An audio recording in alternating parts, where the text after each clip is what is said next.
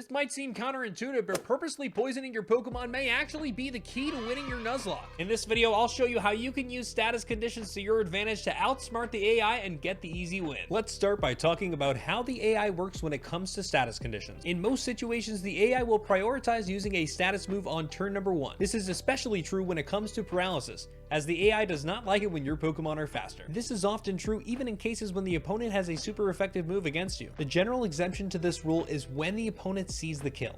Although depending on what generation you're playing, the AI may behave a little bit differently. In Generation 1, unfortunately the AI is pretty much random and almost impossible to predict. And the same goes for Generation 2. Starting in Generation 3, the AI got a much needed boost and usually it will attack when it sees the kill. There is also an AI difficulty scale, which ranges from completely random against wild Pokemon all the way up to max difficulty, say for example Lance. What does this actually mean? The youngster Joey's the scary one. Yeah. That guy is gonna go rogue on you, trust me. Now I'm gonna show you how we can use this knowledge to our advantage for some AI abuse. Let's say your Pokemon gets afflicted by a status, but you've smartly packed a berry to cure its condition. This gives you a free attacking turn. On the next turn, the AI will potentially go for the status move again, especially if your Pokemon has a great type matchup and its attacking moves won't do very much damage against you. You can use this to your advantage by use of pivots. Knowing how to pivot is a very important Nuzlocking skill, especially in the case of ROM hacks where opponents have competitive movesets. Here's how pivoting works. Let's say your Pokemon just KO'd an opponent, which on set mode will automatically send in another Pokemon. Instead of attacking, we're going to use that turn to switch into a second Pokemon.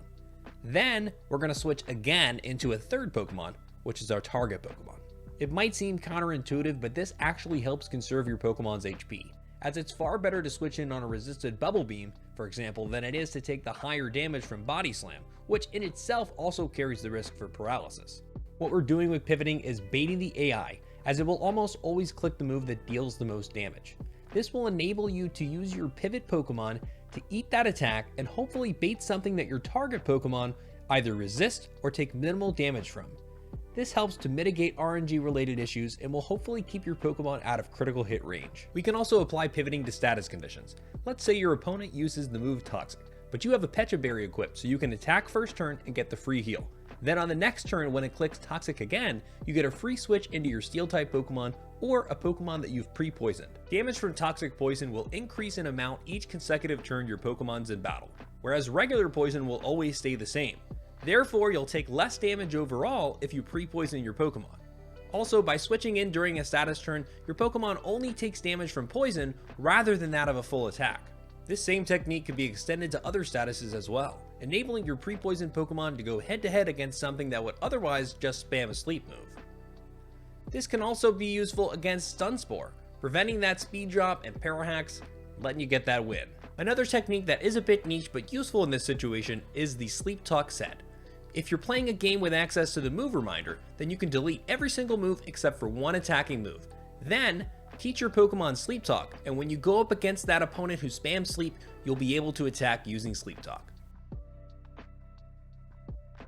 It may be useful in certain situations to have your Pokemon asleep prior to starting the battle, especially for pivot Pokemon. This will enable you to guarantee that you can switch into something else and the opponent won't be clicking a status move. There are also certain moves in Pokemon that can prevent status inflictions entirely.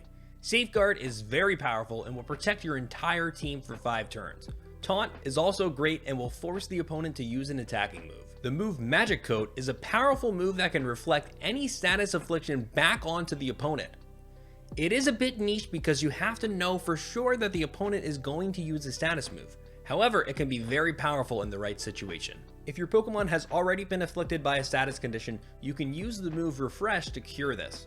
However, the move Rest is a more powerful option, as it will not only heal the status condition, but it will also restore your Pokemon's HP.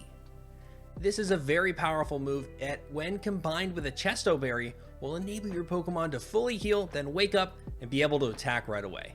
Or you can use the move Sleep Talk, which we mentioned earlier, to gain yourself some attacking turns while your Pokemon is asleep, because the move Rest always lasts for 2 turns. This means that you get 2 attacks with Sleep Talk, then on the 3rd turn, you can either attack with a regular move or use Rest to go back to sleep, heal up for some more attacking action. Another potential option for curing your Pokemon's status affliction is the move Recycle. Its most common use is for Lepa berry farming for PP stalling strats. However, if your Pokemon has a Lum Berry and it's triggered and cures that status affliction, you can use the move Recycle to give your Pokemon another Lum Berry. An even more powerful move is the move Aromatherapy. It's very niche because only a few Pokemon can learn it. However, it will cure the status conditions of your entire team.